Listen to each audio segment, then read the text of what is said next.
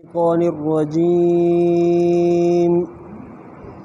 بسم الله الرحمن الرحيم.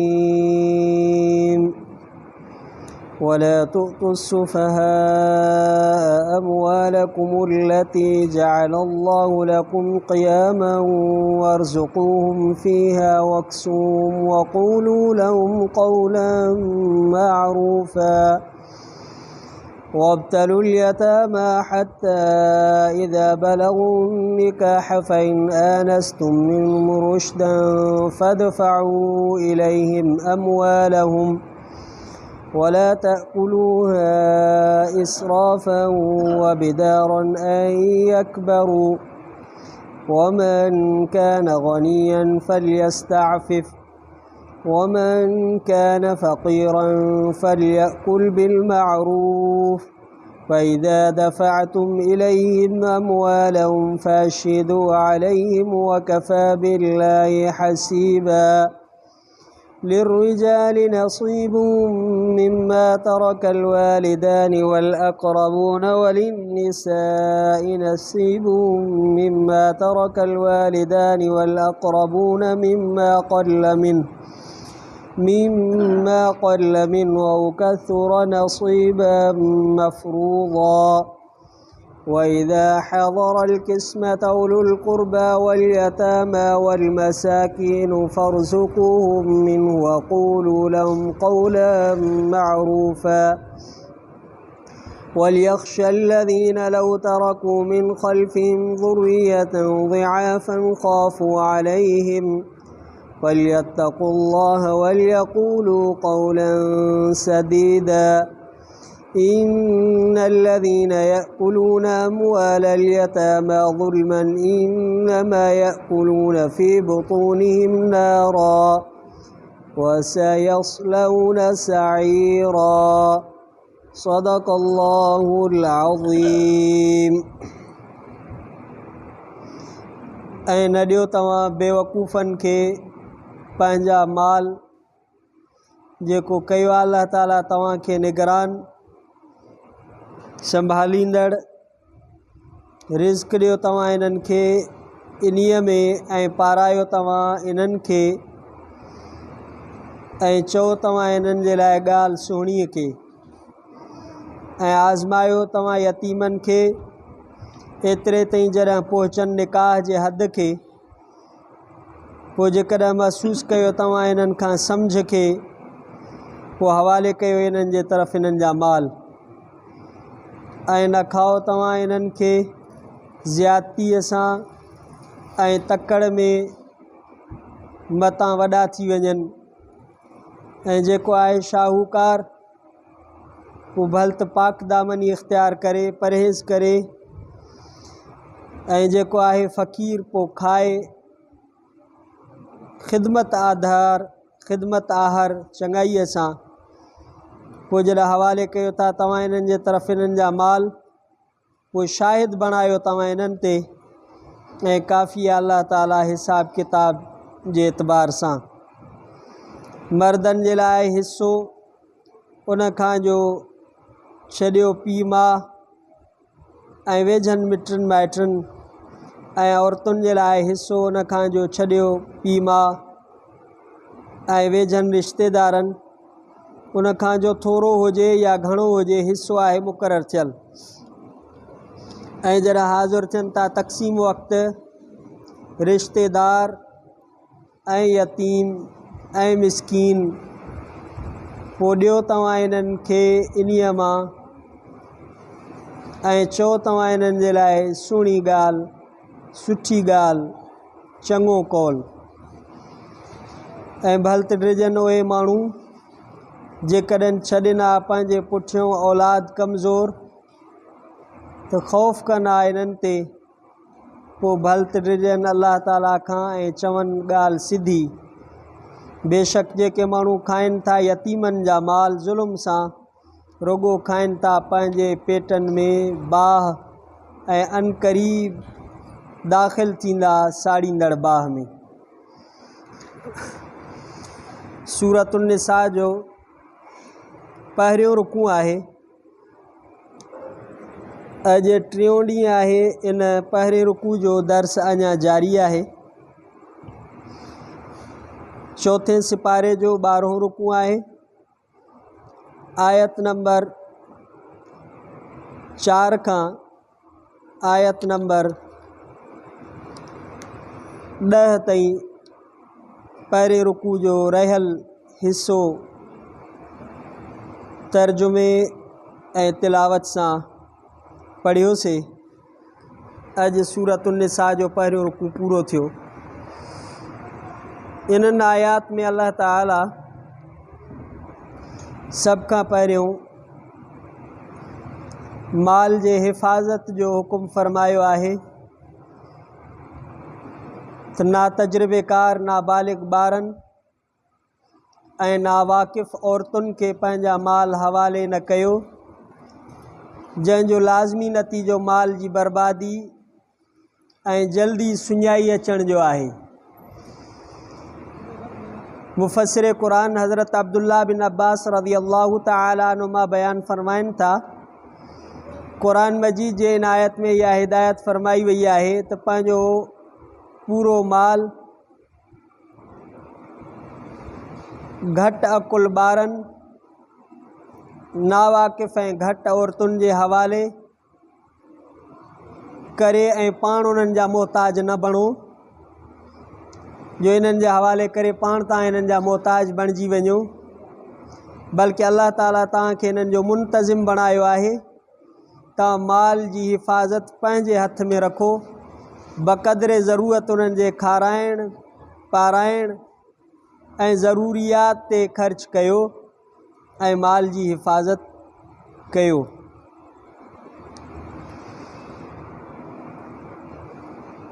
छो त नावाकिफ़ ॿारनि ऐं घटि नातजुर्बेकार माण्हुनि जे हवाले करण सां माल में नुक़सानु थियण जो ख़तरो आहे। पोइ पंहिंजा ॿार हुजनि यतीम ॿार हुजनि, उन्हनि जे हवाले न कयो, माल जी हिफ़ाज़त कयो। व आतुल यतामा अमवालहुम, ऐं माल यतीमनि जो जेको आहे उन्हनि जो माल उन्हनि खे पंहिंजे हवाले कयो। पर इन्ही बचपनी में ऐं सिगिर सिनी में, नंढपुण में, जंहिं वक़्त में उन्हनि खे तजुर्बो न आहे, उन वक़्त में उन्हनि जे हवाले न कयो। माल जी हिफ़ाज़त करणु वॾी ज़िम्मेदारी आहे ऐं माल जी हिफ़ाज़त करणु, जेकॾहिं कोई माण्हू पंहिंजे माल जी हिफ़ाज़त कंदे क़तल थो थी वञे त उहो शहीद आहे। अल्लाह जे नबी सल्लल्लाहु अलैहि वसल्लम फरमायो, मुस्लिम शरीफ़ में सफ़ा नंबर 81 ते, जुल्द अव्वल में, बुखारी शरीफ़ में सफ़ा नंबर 337 ते हदीस पाक है, मन क़ुतिल दून माली फ़हुव शहीदुन, जेको पंहिंजे माल जी हिफ़ाज़त कंदे क़तल कयो इहो शहीद आहे। माना माल जी हिफ़ाज़त करणु एॾो वॾो अहम कमु आहे। ऐं माल निअम्मा बिल माल सालिह लिरजुल सालिह, मिशकात शरीफ़ में हदीस आहे 326 सफ़े ते, त नेक माण्हू जे लाइ पाकीज़ा माल बहितरीन मताए हयात आहे, सुठी शइ आहे। ला बअस बिल गिना लिमन इत्तक़ल्लाह अज़्ज़ वजल, जंहिंजे अंदरि ख़ौफ़ ख़ुदा ऐं तक़वा आहे, उन वटि माल हुजण को गुनाह कोन्हे को। कादल फ़क़्रु अन यकून कुफ़्रा, हिकिड़ी हदीस पाक में ईंदो आहे, कॾहिं कॾहिं तंग दस्ती बाज़ औक़ात इंसान खे कुफ़ुर ते पहुचाए छॾींदी आहे। सुञाई, तंग दस्ती, माण्हू अहिड़ा पोइ ज़बान मां लफ़्ज़ चवंदो आहे। हज़रत सुफ़ियान सौरी रहमुल्लाह उन जी तशरीह कंदे फ़रमाइनि था, कानल मालु फ़ीमा मज़ा युक्र फ़अम्मल यौम फ़तुरसुल मुमिन, ज़माने साबिक़ में माल जो रखणु सुठो न सम्झो वेंदो, पर अॼु माल मोमिन जे लाइ ढाल आहे। इज़त खे माण्हू पंहिंजी खे महफ़ूज़ रखी सघे थो। उन खां बाद में अल्लाह ताला फ़रमायो त नाबालिगनि नासमझ ॿारनि खे तेसिताणी माल हवाले न कयो जेसिताणी तव्हां इन्हनि जी तालीम तरबियत ऐं पोइ इन्हनि जो इम्तिहान न वठो, तेसिताणी माल इन्हनि जे हवाले न कयो। वब्तलुल यतामा हत्ता इज़ा बलगुन निकाह, यतीमनि जो इम्तिहान वठो जॾहिं उहो निकाह जे क़ाबिल थियनि त पोइ उन्हनि जे हवाले कयो। हाणे टे दर्जा आहिनि, हिकिड़ो बुलूगत खां पहिरियों जो, ॿियो बुलूगत खां बाद जो, टियों आहे होशियारी जो। बुलूगत खां पहिरियों ॿारनि जे वलियनि खे इहो हुकुम आहे त उन्हनि जी तालीम ऐं तरबियत जी कोशिशि कनि, मामलात में उन्हनि खे होशियार करण जे लाइ नंढड़ा नंढड़ा मामलात ख़रीदो फ़रोख्त उन्हनि जे हथ सां कराइनि। वब्तलुल यतामा जे आयत जो बि इहो ई मक़सदु आहे। ॿियो हुकुम इहा आहे त उहे बालिग ऐं निकाह जे क़ाबिल थी वञनि त हाणे मामलात ऐं तजुर्बे जे एतबार सां उन्हनि जे हवाले कयो, पर जांच करे ॾिसो त जेकॾहिं उहे पंहिंजो नफ़ो ऐं नुक़सान खे सम्झनि था ऐं मामलात सुठे नमूने सां करे सघनि था त माल हाणे उन्हनि जे हवाले कयो।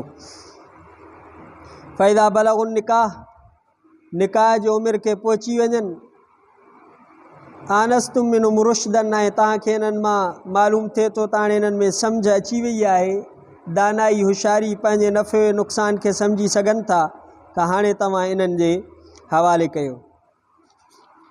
उन खां पोइ अल्लाह ताला फ़रमायो आहे त यतीमनि जे माल खे बेजा ख़र्च न कयो, ज़ाइद इसराफ़नि माना हद खां वधीक उन्हनि जो माल इस्तेमालु करे ज़ाया करे छॾियो, या जेको आहे उन्हनि जे वॾे थियण खां पहिरियों पहिरियों खाई खपाए छॾियो, मटाए छॾियो त मतां सुभाणे इहे वॾा थियनि असांखे इन्हनि खे ॾियणो पए। अल्लाह ताला फ़रमाए त ईअं बि न कयो। वमन कान गनियन फलियस्ताफ़िफ़, पर जेकॾहिं यतीम जो परवरिश करण वारो, पालना करण वारो शाहूकार माण्हू आहे, उन वटि पंहिंजा एतिरा असबाब ऐं वसाइल आहिनि त उहो इन्हनि जी संभाल जो मुआविज़ो वग़ैरह या इन्हनि जे माल मां न खणे, बल्कि पंहिंजे माल खे इस्तेमालु करे, ऐं इहा उन जे लाइ, इन्हनि यतीमनि जे लाइ इहा उन्हनि जी महिरबानी थींदी ऐं सवाब जो ज़रियो थींदो। वमन कान फ़क़ीरन फलियाकुल बिल मारूफ़, पर जेकर इन्हनि जे संभालण वारो, परवरिश करण वारो फ़क़ीर माण्हू आहे, ग़रीब मिसकीन आहे, त पोइ ख़िदमत आधार इन्हनि जे माल मां थोरो, ये मिसाल तौर ते इन्हनि जे करे हाणे पंहिंजो वक़्तु थो ॾिए, पंहिंजे असबाब इस्तेमालु करे थो, त हाणे इन्हनि जे माल मां ख़िदमत जे आधार खाई सघे थो जेको फ़क़ीर ग़रीब मिसकीन आहे। पोइ अल्लाह ताला फ़रमाए जॾहिं तव्हां इन्हनि यतीमनि खे माल ॾियो, फ़शिदू अलैहिम, शाहिद बणायो, इन ते गवाह हुजनि त इन्हनि खे तव्हां माल हवाले कयो। वकफ़ा बिल्लाहि हसीबा, बाक़ी ताकी झगड़े जी सूरत न थी पए ऐं इख़्तिलाफ़ जी सूरत न थी पए। अहिड़े नमूने सां इन आयात मां इहा ॻाल्हि बि साम्हूं अचे थी त जेको औक़ाफ़ जे निगरानी में या मसाजिद में या मदारिस जा मुंतज़िम आहिनि या मुस्लिम हुकूमतुनि जे इदारनि जा ज़िम्मेदार आहिनि या कई ॿिए मुल्की ऐं मिली ख़िदमात जा फ़राइज़ सरअंजाम ॾियनि था, उन्हनि जे लाइ बि जेको हिसो मुक़ररु आहे त पोइ ओतिरो ई इस्तेमालु करे सघनि था, बाक़ी उन्ही खां वधीक उन्हनि जो इस्तेमालु करण जी इजाज़त शरीयत उन्हनि खे न आहे ॾिनी। मिसाल तौर ते मस्जिद जो को चंदो आहे, मदरसे जो को चंदो आहे, या अहिड़ो माण्हू खे जेका आहे उनखे जेतिरी इजाज़त आहे जंहिं शइ जे इस्तेमालु करण जी ओतिरी इस्तेमालु करे सघे थो, वधीक इस्तेमालु करणु इहो गुनाह में शामिल आहे। जीअं पेट्रोल मिलंदो आहे, मोबाइल जो इस्तेमालु मिलंदो आहे, कुझु शयूं मिलंदियूं आहिनि इदारनि जे तरफ़ूं, उहे जेतिरी तादाद में उनखे इजाज़त आहे ओतिरी इस्तेमालु करे, उन खां वधीक इस्तेमालु कबी त इहो गुनाह में शामिल थी वेंदो। वकफ़ा बिल्लाहि हसीबा, ऐं अल्लाह ताला काफ़ी आहे हिसाब किताब जे एतबार सां। तेसिताणी यतीमनि जी ॻाल्हि पूरी थी। उन खां पोइ अल्लाह ताला बयानु फ़रमायो आहे मसइलो मीरास जो, वरसे जो। अल्लाह ताला फ़रमायो जेकॾहिं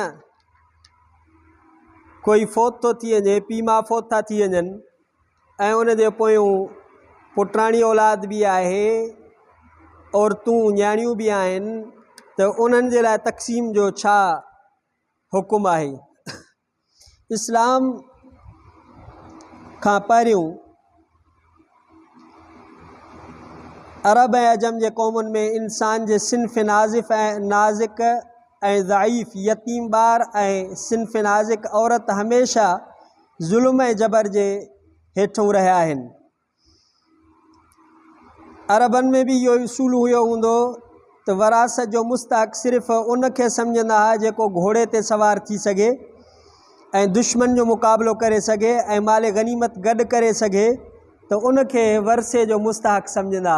इहो त हिकु छोकिरो हुजे, नौजवान ऐं बालिग हुजे ओहो, बाक़ी जेको नंढो ॿारु हुजे, छोकिरो हुजे ऐं छोकिरियुनि औरतुनि खे त उन जो वरसे जो हक़दार ई कोन सम्झंदा। पोइ अल्लाह ताला इहा आयत नाज़िल फरमाई। इन मौक़े ते नबी सल्लल्लाहु अलैहि वसल्लम जे ज़माने में हिकिड़ो वाक़ियो पेश आयो। औस बिन साबित जो इंतिकाल थी वियो ऐं उन जूं 2 छोकिरियूं हुयूं ऐं हिकिड़ो छोकिरो नाबालिग हुयो ऐं हिकिड़ी घरवारी उन जे पोयों हुई, उहो फ़ौत थी वियो। अरब जे क़दीम दस्तूर जे मुताबिक़ उन जे सोटरनि उन जे सॼी मिल्कियत ते कब्ज़ो कयो ऐं औलाद के छो त छोकिरियूं हुयूं उन्हनि खे ॾियण जो रवाजु कोन हुयो ऐं छोकिरो नंढो हुयो उनखे बि ॾियण जो रवाजु कोन हुयो, घर वारियुनि खे त ॾींदा ई कोन हुया। पोइ सॼी मिल्कियत ते सोटराण कब्ज़ो करे विया। पोइ हज़रत औस बिन साबित रज़ी अल्लाह ताला अन्हो जी बेवा इहो चाहियो त भला पंहिंजे मुड़ुस जे सोटरनि खे पंहिंजे ॿिन्ही न्याणियुनि जो रिश्तो ॾियां त भला उन्हनि जो घर थिए,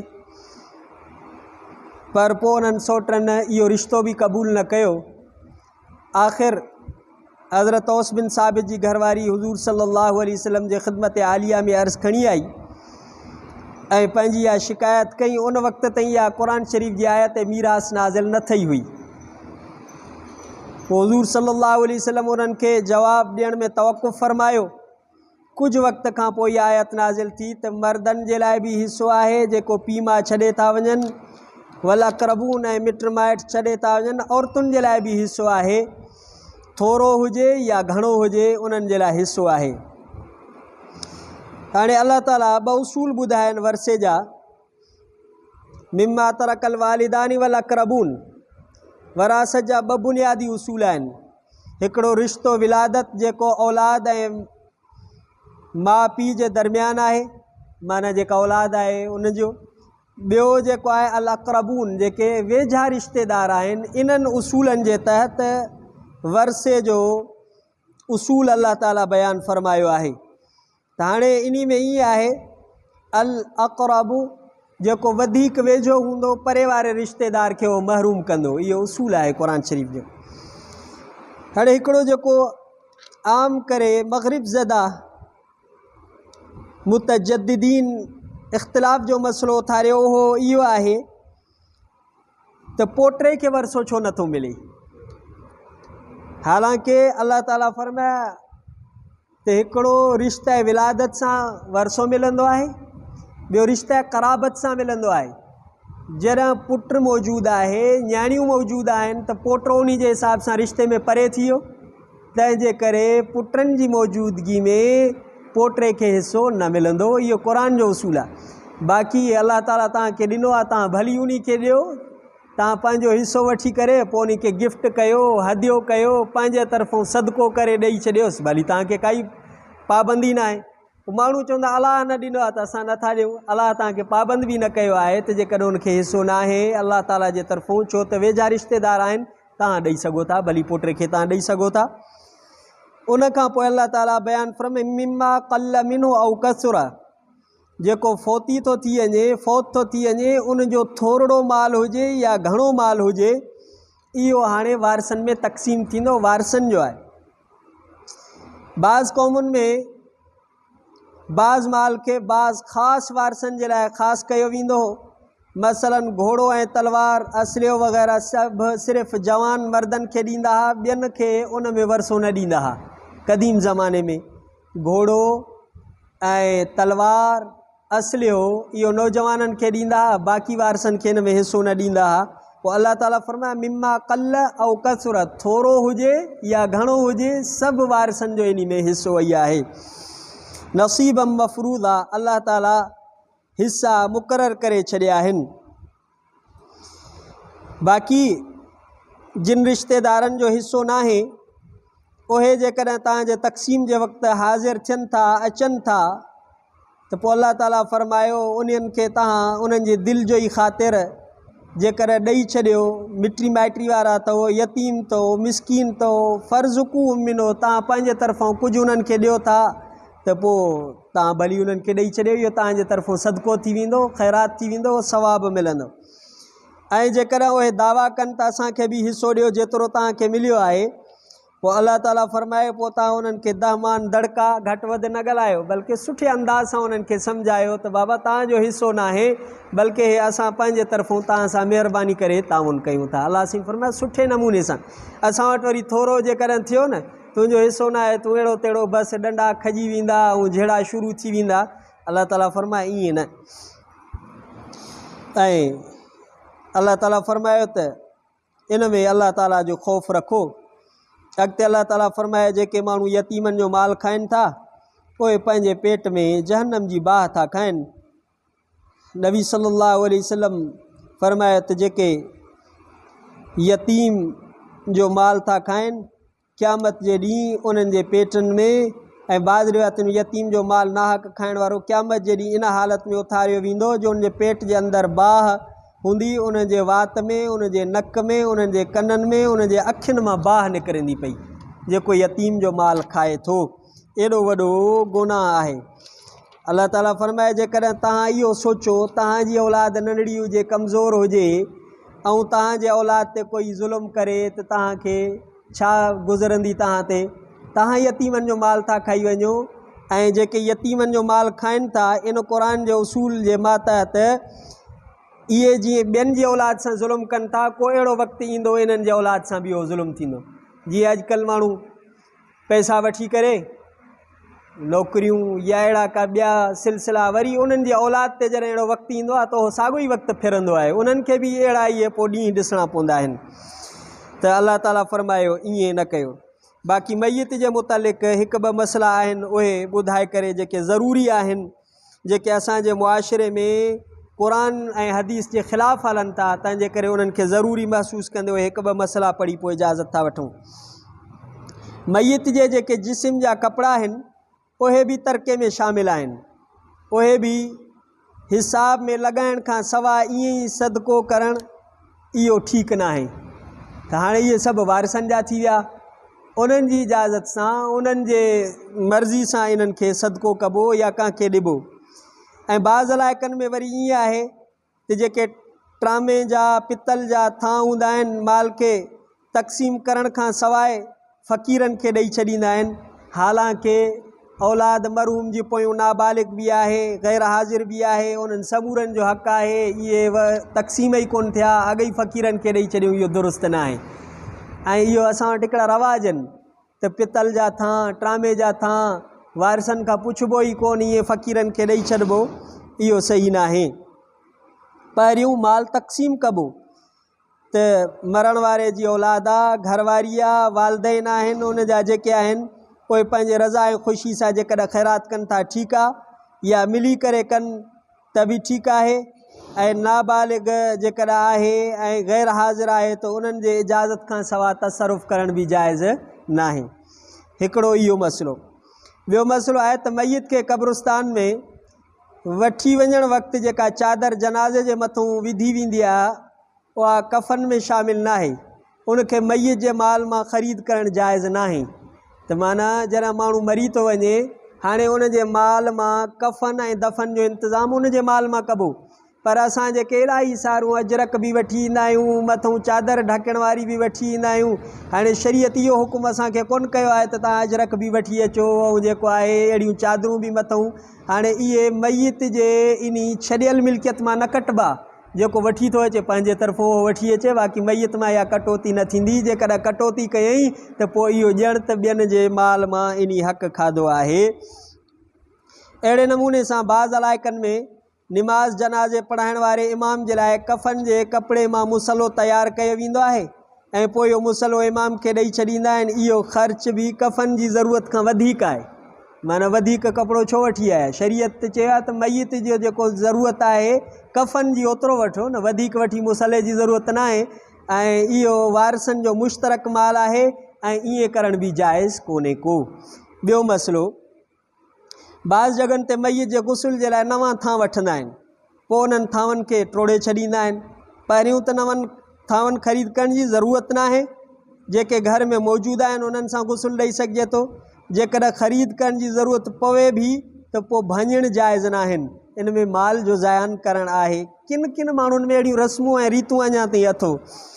ऐं पोइ मसइलो आहे तरके जी तक़सीम खां पहिरियों, माना मय्यत जे छॾियल माल जे तक़सीम खां पहिरियों उन मां महिमाननि जी महिमान नवाज़ी करणु ऐं सदके ख़ैरात करणु कुझु बि जाइज़ न आहे।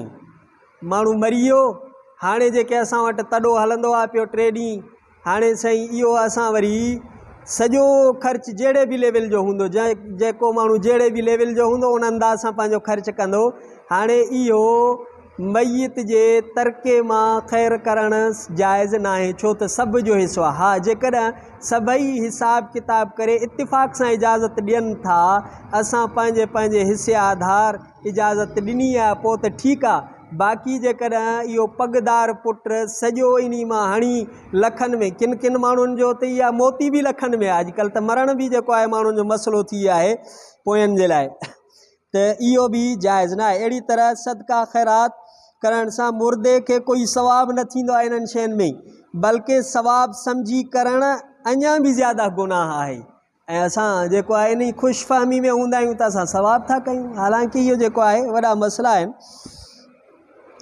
त इन जे लाइ ईअं लिखियो अथनि त मुश्तरक माल मां बग़ैर वरसा ऐं शुरका जे इजाज़त जे ईअं करणु ॼण त कंहिं जो माल चोरी करे मय्यत जे हक़ में सदको करणु आहे। चोरी करे सदको करणु जाइज़ आहे? सदको करणु जाइज़ कोन्हे। तंहिंजे करे ईअं, तंहिंजे करे हिकिड़े बुज़ुर्ग जो वाक़ियो लिखियो अथनि, आख़िरी इहा ॻाल्हि आहे, मुख़्तसर आहे, जंहिंमें अञा इन जी वज़ाहत थिए थी। त हिकिड़ो बुज़ुर्ग काई मुस्लमान जी इयादत जे लाइ वियो, थोरी देरि उन मरीज़ वटि वेठो ऐं उन दौरान उन मरीज़ जो दम परवाज़ थी वियो। उन मौक़े ते हिकिड़ो ॾीओ ॿरे पियो। उन बुज़ुर्ग फ़ौरन उन ॾीए खे बंदि कयो, पाण वटि उन वटि जेके पैसा हुया ॾेई करे तेल घुराई ऐं पोइ ॾीए खे ॿाराई। माण्हुनि उन जो सबबु पुछो त ईअं छो कई? उन्हनि खे जवाबु ॾिनई त जेसिताणी इहो माण्हू ज़िंदा हुयो त ॾीओ उन जी मिल्कियत हुई ऐं उन जे इजाज़त सां रोशनी इस्तेमालु थिए पई। हाणे जॾहिं इहो दुनिया खां रुख़सत थी वियो त हाणे इहो ॾीओ उन जे वारसनि जो आहे। हाणे जेकॾहिं असां इन खे इस्तेमालु कयूं हा त पराई हक़ तलफ़ी थिए हा। तंहिंजे करे मां पंहिंजे पैसे खीसे मां पैसा ॾेई करे पंहिंजे तेल सां इन खे ॿाराए। इहे आहिनि शरीयत जा मसइला। असां में केतिरी लापरवाही आहे मुआशिरे में, ऐं जेको आहे असां पंहिंजे रस्मुनि रीतुनि खे पंहिंजे ख़्याल में असां इन्हनि खे दीन सम्झी करे ऐं सवाबु सम्झी करे कयूं था। अल्लाह ताला असांखे शरीयत मुतहरा खे सम्झणु, पढ़णु, सिखणु ऐं उन ते अमल करण जी तौफ़ीक़ अता फ़रमाए। सुभाणे वारो रुकू बि जेको आहे इन में बि अल्लाह ताला औलाद जे विच में हिसा ॾियणु, जेकॾहिं औलाद आहे उनखे केतिरो हिसो मिलंदो, पीउ माउ आहिनि त उन्हनि खे केतिरो हिसो मिलंदो, घरवारी खे केतिरो हिसो मिलंदो, इन्हनि हिसनि जो बयानु आहे। इंशाअल्लाह ज़िंदगी रही सुभाणे इन खे तिलावत कंदासीं। रब्बना आतिना फ़िद दुनिया हसनतुम फ़िल आख़िरति हसनतुम वक़िना अज़ाबन्नार। सल्लल्लाहु तआला अला ख़ैर ख़ल्क़ि मुहम्मद सल्लल्लाहु अलैहि वसल्लम व अला आलिहि व अस्हाबिहि अज़वाजिहि व ज़ुर्रिय्यतिहि अल-बैत अजमईन बिरहमतिका ला इलाहा इल्लल्लाह मुहम्मदुर रसूलुल्लाह।